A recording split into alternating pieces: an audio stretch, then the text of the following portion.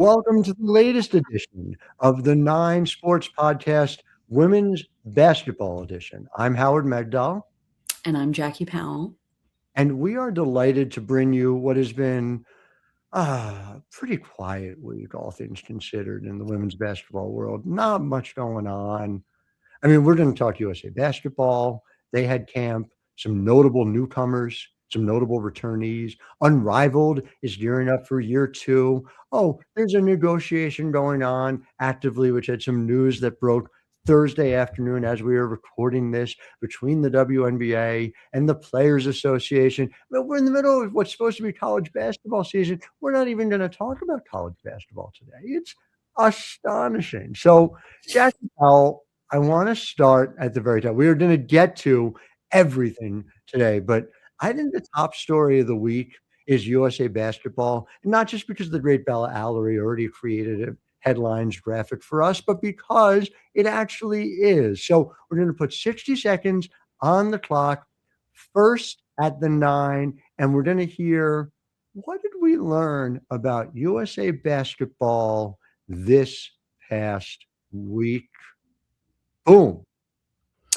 I think what we learned about USA Basketball this week is how involved Sue Bird is going to be, and how a lot of what we're going to see, the decisions that are going to be made, she's going to have her hands all over this thing. And so obviously it started out with casting a wide net and inviting a slew of young players to come and participate, including Caitlin Clark, Angel Reese, Paige Beckers, Cameron Brink, Rakia Jackson.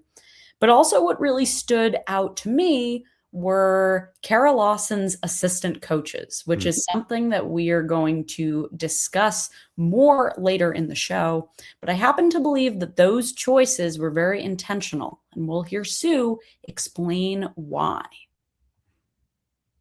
So they're technically court coaches. I'm getting used to all the lingo also. And it's really, the assistants don't get picked or like officially chosen until much closer to the World Cup. So there's a lot of time, a lot of buildup. Some of it is, if you look at past coaching staffs, there's been a mix of WNBA and college. Obviously, this camp is in December. You're not going to get college coaches. That's likely not going to happen. So luckily we're able to tap into what is this newer crop with Nate and Natalie of WNBA coaches. Of course, Steph's been in the WNBA for a while, but none have had a ton of USA basketball experience. So it's wonderful to get them in. We had a coaches meeting today, and just kind of watching everybody come together and learn, you got to learn the FIBA rules. You got to learn, what it's about, but also being able to showcase themselves as assistants, obviously in support of Kara. So you just want to see what mix of people is going to be, I guess, the best ultimately for the actual staff. Love seeing that. Sue Bird, obviously best known as minority owner of Gotham FC, but not just a women's soccer person anymore, getting involved in women's basketball. So good for her. Good for Sue to expand her horizon. So again, the points that she's making about the coaching, it just reflects the fact that we have a moment of unprecedented depth when it comes to coaching.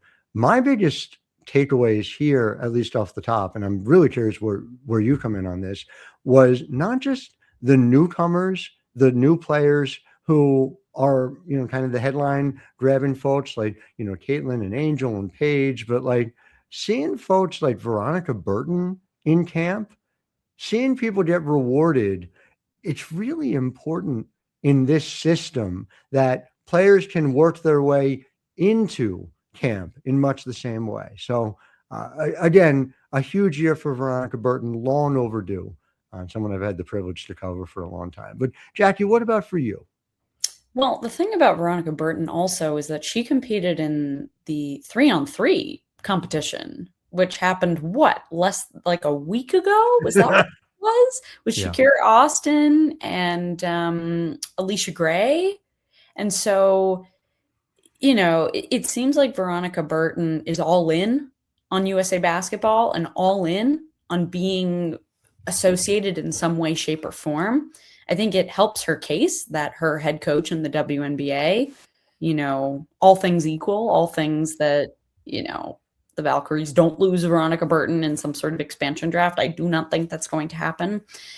But it helps when you have your WNBA head coach part of everything as well. That is a trend that we've seen time and time again. But I think the reason why I'm so fascinated by the coaching decisions, and while Sue Bird was sort of like, oh, well, this is just the coaches we've picked for this camp, and, it could change. Sure. But if you take a look at previous history, the folks that are chosen now, those are the folks that most likely are going to be riding this whole thing through. Am I wrong when I say that? You are not wrong. And I would also argue they are specific coaches that, let us say, shore up some of the things that Kara Lawson, Duke head coach, does not do so well. And on the offensive end, USA basketball cannot function the way the Duke Blue Devils do. It just can't happen. It shouldn't happen. It won't happen, because if it does, USA basketball will have a different head coach as soon as it does happen that way for any extended period of time. So these are the offensive voices. They're not the only ones who could have been picked, but your point at the top that Sue Bird is putting her stamp on this team right away, I guess I'll put it in story terms. Sue Bird was a fantastic Hall of Fame level player, maybe one of the top 5 ever in the history of the league. Sue was an offense first player. I don't think it's unfair to say that. I once came to her and pointed out a defensive stat where she was best in the WNBA at that point in the season. And her response was, I assume that stat is wrong.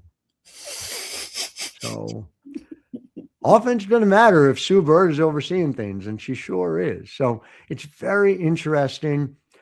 Biggest takeaways, I guess, out of the big players who are getting the most headlines as well: Caitlin being in camp, Angel being in camp, Paige being in camp. Does it feel as if this gives them enough of a runway to really put a stamp on the team in a different way heading into 28? I mean, I think it just allows the coaching staff to sort of see who they have. And, even the fact that Lauren Betts was there was a lot of negative coverage during the previous quad. And so for those of you who don't know, a quad, it's essentially this 4-year period in the lead up to the Olympics after an Olympics happens. And so this was sort of the first event of the new quad, this camp in preparation for World Cup qualifying, which is going to happen in March. And then the World Cup is going to happen this coming fall. Yeah. And so when it comes to the narratives from the last quad about, why isn't Caitlin making this team? Why isn't she involved? Part of the reason that was spoken about was the fact that she was not a participant at any of these USA basketball camps or functions or any of this. And so I think it's quite smart for Sue to be forward thinking and to sort of be like, okay, we're going to invite some of the best young players and make sure that, they're included so that what happened in the previous quad does not happen again. Well, it also keeps your options open. Mm-hmm. Why wouldn't you keep your options open heading in? And this is not a criticism of USA basketball not having Caitlin in the pool in 2021. Obviously, a very different point her freshman year of college, literally. Mm-hmm. But my point is, as you think about specifically this decision now, why not make sure you get an eye on as many players as possible? There are injuries that come along the way. It just strikes me as very smart. I almost feel like Sue must have had some USA basketball experience. You have to go back and look. I mean, it's an inspired choice, and I've seen nothing that changes my mind about that. I want to move on to another segment 2, Unrivaled Year 2. And let's talk about what we learned out of what were some initial media availabilities across the board. For those of you who don't know, we have a fantastic rundown about everything going on over at Unrivaled. Stephanie Kaloi has a terrific piece about this.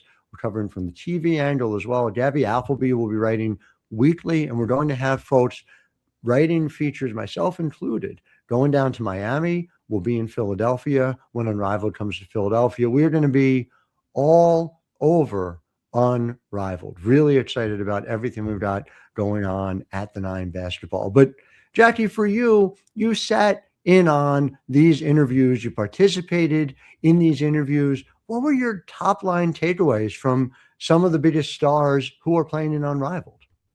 I mean, I think you have to start with the two founders in Breanna Stewart and Napheesa Collier. And so while we don't like to talk about injuries, we sort of have to in this case because both of them ended their WNBA seasons with injuries. And so when it comes to Napheesa Collier, who obviously tore a bunch of ligaments and had in her ankle and then had an issue with her shin, what she told us is that she's still rehabbing and that her goal is to be ready for that first game on January 5th.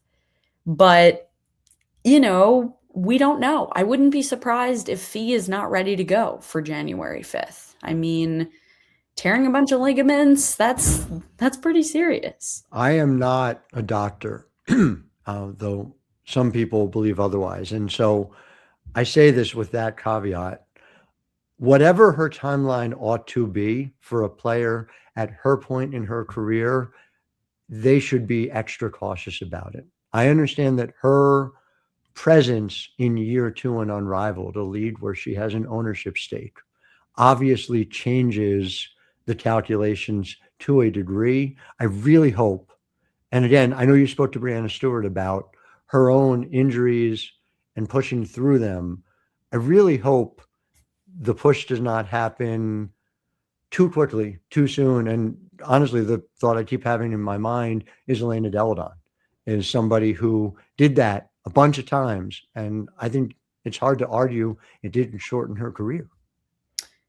I mean, I couldn't agree more with everything you just said because, I mean, I'm a bit apprehensive for Fee. I really hope that she has spoken to Stewie about what Stewie went through last year, because when Stewie spoke to us this past week, it was Nikias Duncan who asked her about her three-point shot. A great question, because the past 2 years, Stewie's three-point shot has been down essentially ever since the playoffs in 2023. There's been something not right with her three-point shot.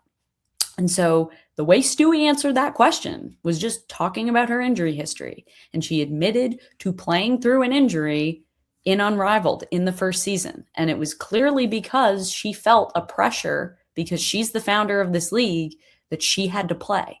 But what she then learned was, oh, I played through this injury that happened in the WNBPA finals. And then I had to get surgery during Unrivaled because it wasn't right. And then she forced herself to be able to play opening day of the WNBA season. And she said, you know what? Maybe that was too fast. And then what ended up happening because she pushed herself?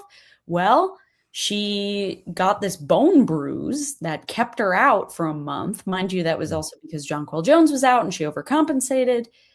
And then after the bone bruise, she injures herself in the postseason. And Stewie was sort of like, you know what?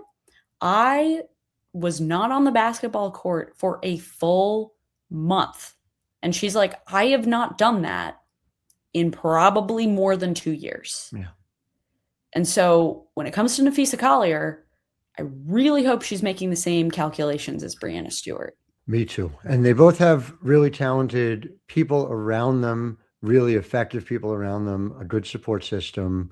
But these players need to put their health first in the same way everyone needs to put their health first. And I will say the other part of this that from a pure business perspective is something that Fee and Stewie are able to lean on is the fact that there are a bunch of newcomers who have come into this league who are new and interesting storylines. I mean, Kelsey Plum is unrivaled.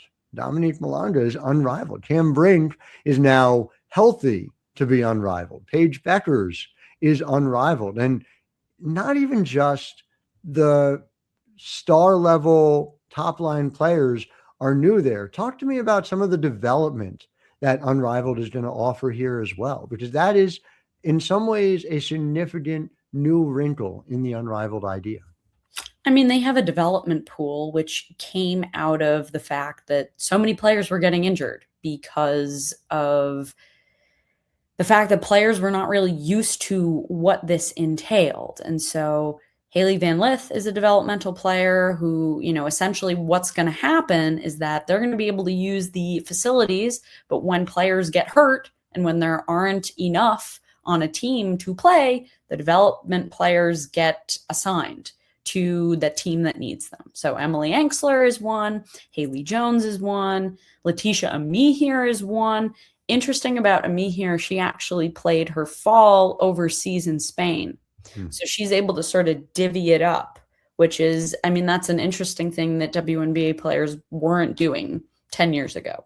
She also has so much talent. I can't wait to see what that kind of year-round in some significantly different ways do for her going into 26. And then Michaela Timpson, who was a rookie on the Fever, and then Isaiah James, who's a rookie on the Wings. So that's sort of your development pool. And it was very interesting that this week there was some news that came out from the WNBPA, or rather it was leaked, about their proposal when it comes to having development players in the WNBA. That will be a discussion for a whole other podcast, let me tell you. Looking forward to it as someone who's been arguing about the need for the WNBA to have this for years. But even somebody like Lee Yarou, to me, is a really interesting figure in terms of seeing what she is capable of doing. I've had the privilege of talking to WNBA front offices for a very long time, having this conversation about where Lee Yarou is headed. Let's hear what she thinks Unrivaled can do for her career.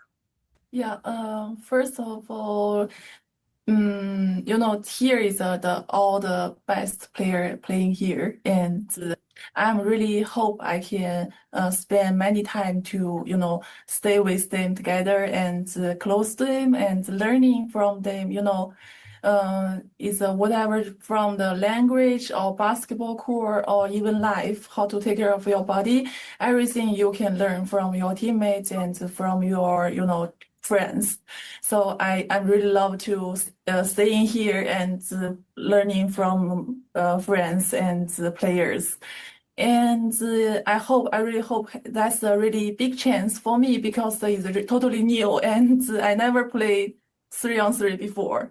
So I really hope I can use this chance and to improve myself. And I hope next year in W, I can play more fast and more like, model basketball. It's really interesting to see that. And again, the focus on the growth, the improvement as a player, but in a specific way, right? In a way that everyone is sort of taken as the gospel, which is it will be faster, it will be more spaced out. Everyone believes there is this way. At some point, in a lot of leagues, when you zag, when everyone zigs, you can have success by doing it a different way. I don't know. Will someone succeed down the line by getting a traditional big and trying to counter the 5-out that we're seeing all over the league? Lee Yarou sure doesn't think so. And that's very interesting to me. Before we go, I do, Jackie, want to get to a really important point that Skylar Diggins raised. And I know you talked to Arike Agumbawale about this, Skylar as well. Take me through just what this element of Unrivaled is, specifically as it relates to the experience itself. Yeah, Arike Agumbawale spoke about how the facilities at Unrivaled are improved this year, and they're larger, and there's more room for players. In addition to the fact that there is more of a training and medical staff that has been invested in more in year 2. And Unrivaled had a lot of injuries. These were injuries that seeped into the WNBA regular season. Benijah Laney Hamilton, that is a huge example of how the injuries plagued players in the WNBA season. And so I asked Skylar Diggins about what type of transition is required to really be successful at Unrivaled. And she sort of spoke about how it's not just mental, it's also your body has to adjust to it. And to be quite honest, I've spoke to a few people around the league, and part of why there were so many injuries at Unrivaled was because players were not used to how different this game was and how it had a different strain on players' bodies. So the fact that there is more of an investment in the medical side of this is a very good sign. So let's listen to Skylar sort of describe what those challenges of playing in Unrivaled are, because they exist. Too, when we talk about the size of the court, you really have to see that in person, but you also have to feel that the way that the game is structured. And so the 3 periods of 7 minutes and then a target score, your approach, you really can win any game. You could be down 10 going into the target score and come back and win. Some teams get tight when they're up going into the target score, and they do things, they play not to win almost, or not to lose rather, Yes, you know what I'm saying? And trying to hold on to that lead. But the aggressors win in this game. You have to go have a fast start. You get to halftime fast, and then after that 3rd period, you right into the target score. And so maybe I didn't anticipate the pace of how fast the game was going to be, but also some of the nuances of sometimes you might concede a bucket to get one, and then some of the strategy and transition that you have, some of the strategy you have in fouling. The 1 for 2, winning off a free throw, those are a lot of the nuances that obviously, we'll talk through and as a team and strategize what our new strategy is going to be, with the new makeup of our team. And so. Really interesting stuff from Skylar. And again, I'm just going to call it now. Rachel Banham is going to be an impact player in this particular setup. 3-on-3. Wide open, getting opportunities to get her shots, not going to struggle to get minutes. So when she's out on the floor, she'll be able to get into rhythm. Those of you who remember, at University of Minnesota, one of the best collegiate shooters I ever saw. So really interesting to see what's ahead with that. Unrivaled, going to be fascinating. Again, begins January 5th. Make sure you're watching. I know we will be. It's going to be fascinating. It's just great basketball, and it is decades in the making. Molly Bowen-Kazmer had this idea back in the 1990s. To see it come to fruition now is very, very special for a variety of reasons. But before we go, one of those reasons, because Unrivaled exists, but as of right now, the WNBA and the WNBA Players Association have not reached agreement on a new deal. And Jackie, what is the news out of today? And then we're going to take our court vision to it.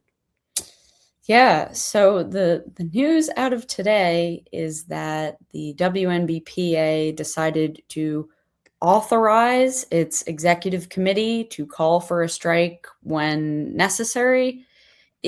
Some people may be a bit confused as to what this means. And Howard, I'm going to ask you about this momentarily, but essentially it's parliamentary procedure. Parliamentary procedure is the perfect way to describe it. I spoke to a source familiar with the WNBPA's thinking. What this means is twofold.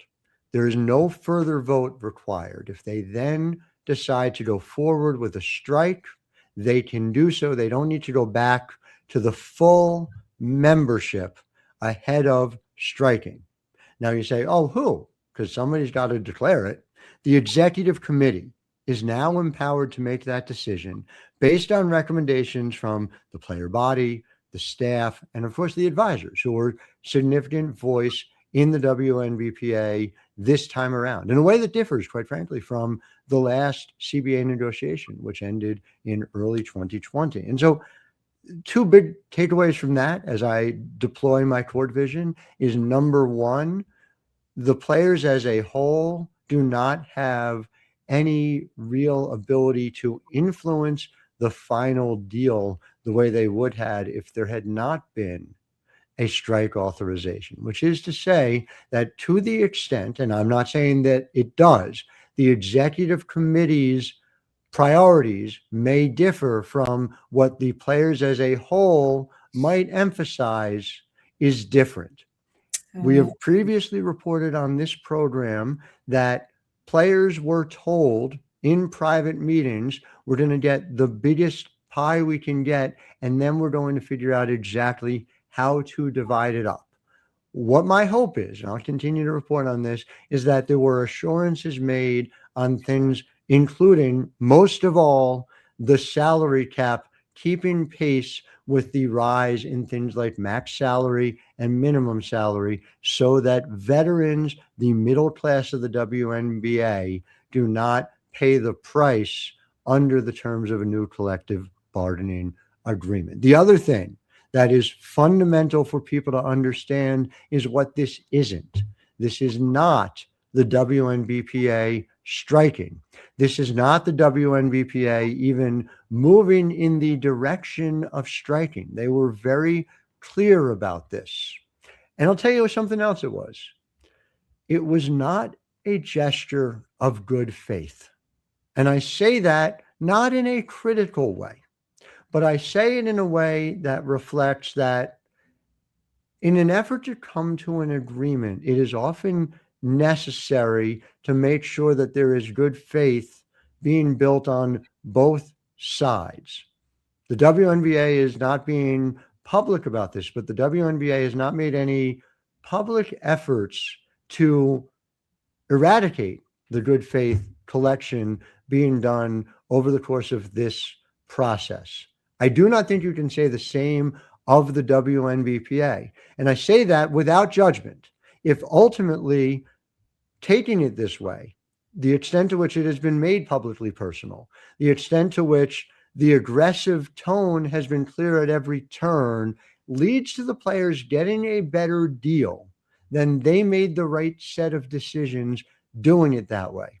But it does differ from, for instance, the way in which the NWSL Players Association has handled its business through multiple recent CBA negotiations. And I say all that within the context, for those who are paying attention to women's soccer right now, there is currently a dispute between the NWSL and the NWSLPA over how to pay players above the cap. Trinity Rodman, our Kathleen Geyer, has been all over this. Andy Peterson has a terrific story in Soccer Monday at the 9 Sports.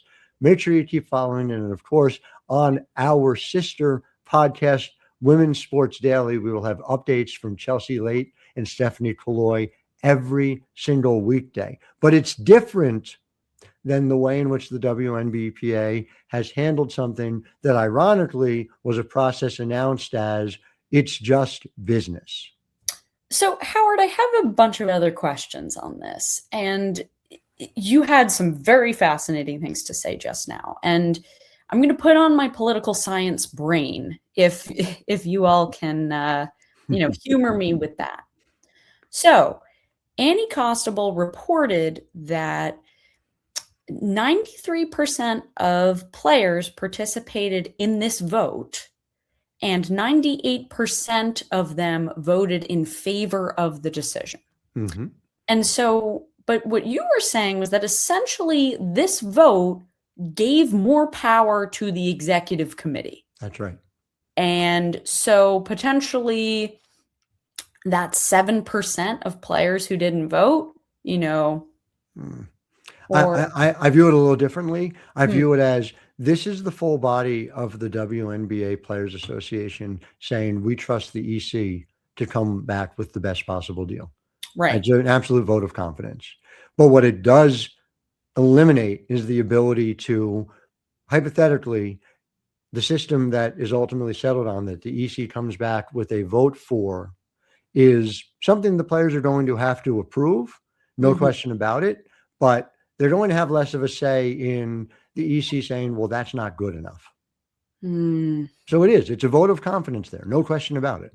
Yeah. And it gives the EC more power. Absolutely. And again, empowering them is not a bad thing from a perspective of Not at all. allowing them to reach the deal they need to reach. I'm not even convinced it fundamentally changes anything from what seemed to be the emerging consensus of the last few days. Hearing the way Kelsey Plum talked about the need for compromise to go and reach that agreement. It simply empowers a smaller group to go out and do that. They might get there sooner as a result. For sure. And something else that I want to point to, and this comes from your Basketball Wednesday this week, which I will attach this in the show notes. You all will be able to read it if you haven't already. And as we know, during these CBA negotiations, the main idea that players have been talking about has been salary and revenue share. And so you wrote about something which essentially was saying that the revenue of the WNBA, it might not be exponentially increasing over the next few years. And that's why that's something to consider when it comes to how far the WNBA is going to go when it comes to sharing with the players. Well, yeah. So something that every league operates under is the reality that media rights are the lifeblood of the league, right? So the WNBA has a new media rights deal with ESPN, begins in 2026. And NBC and Amazon. Well, wait. Yes, but those are not 11 years. Everything is not 11 years, right? USA, Versant, the length of them vary and can also vary further based on a potential renegotiation. But in all likelihood, we're talking about the next 11 years at $200 million apiece, right? You have that, and forgive me, you were correct. The one that is $200 million, ESPN and Versant and Amazon, that initial piece, but that is not the entirety of. No, not Versant. NBC Sports, and then Versant has its own. Correct. Correct. But my point is, the biggest one is 11 years. It might be rethought in 3 years, but it's going to be 11 years. So the biggest chunk of the biggest part of the financial lifeblood of this league is set in stone for the next 11 years. The idea that we will see a similar jump in raise in revenue in 2028 from 2026 compared to what we saw from 25 to 26 doesn't make any sense. The reason why we're seeing this jump right now is this is when the new media rights deal is taking effect. And so there could be rise, there could be fall is the other thing about this. And, Adam Silver got a lot of blowback for a thing he said, talking about, well, revenue share isn't really it. But what he probably should have said, and what I understand he meant to say, is that there are two ways of doing this. You can either guarantee a much higher floor, or you can tie it completely to revenue, or you can have where they are now and where they'll end up with some combination of those two things. And if you tie it exclusively to revenue and attendance drops and other marketing sales drop, then the revenue goes down comparatively. Whereas if you have something set in stone, then you are guaranteed to get that certain amount of money. And that pair of, it's more on an axis rather than just being more money is good, less money is bad, and there's only one way to get there. Like, that's what makes this stuff so complicated. Can I ask you another question about this? Please. So what I'm hearing from you is essentially that the PA has been essentially quite reactive to the recent moment in women's basketball, where essentially this boom moment of like from 2024 all the way to around now. And so what they've realized from that is, oh my God, revenue has it has exploded. And then it will continue to explode when the new media rights deal happens. And so they're very frustrated by the fact that maybe the revenue was not shared appropriately during this boom time, right? Right. And so, but I'm not sure they're taking into account when this all stabilizes, does that make sense? Yes, well, it does. And again, I do not mean this as a criticism of the PA to say that they should be trying to get every dollar Yes. that they can.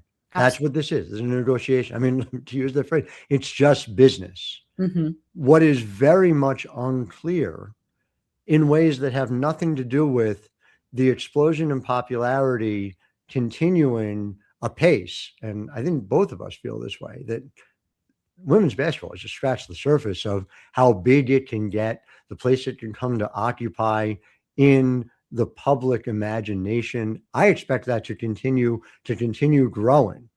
I don't see where the financial engine is that goes along with that. There are things you can do. You know, the WNBA with higher ratings can charge more for partnerships and sponsorships. There are ways in which you can do it, but the media rights is now locked in place for at least 3 years. And as I understand it from talking to a person who was in the room when that got negotiated, it's a very soft look in. It's going to be very hard for the WNBA to go in after 3 years and say, you're going to double it because our ratings doubled. It's going to be a very challenging thing to do. And so I don't know where that extra massive influx in money is coming from, even if the WNBA and women's basketball as a whole continues to grow in popularity. That's the part where, okay, the New Deal must reflect by several times a massive new influx of money. Absolutely needs to reflect that. And by all accounts, even the current WNBA offer does that. Now the question is, are you trying to also build in for another boom that it's not clear where it comes from? And it feels like that's where the argument is right now between now and January 9th. And it's very hard for me to believe. I don't believe the WNBPA is unaware of the new media rights deal. I think they know it. So are we really looking at an argument that's on the margins? I am reasonably convinced that that's where we are now, which is what makes it very hard for me to take today's decision as movement towards a strike rather than movement toward an eventual agreement. But predicting is a fool's errand if we've learned anything about, frankly, the past 10 years in the world. That's very true. And we will be talking so much more about this in the weeks coming ahead, and including some of this information about these developmental players, which I remain to be fascinated by. But anyway, this has been Howard Medgal and Jackie Powell, and we are signing off. And have a wonderful weekend. We will see you here next week, and we promise there is going to be some college basketball that we discuss. It's going to happen. There has just been so much that we've had to cover in the women's basketball world writ large. Fun stuff coming from Barclays. Can't wait.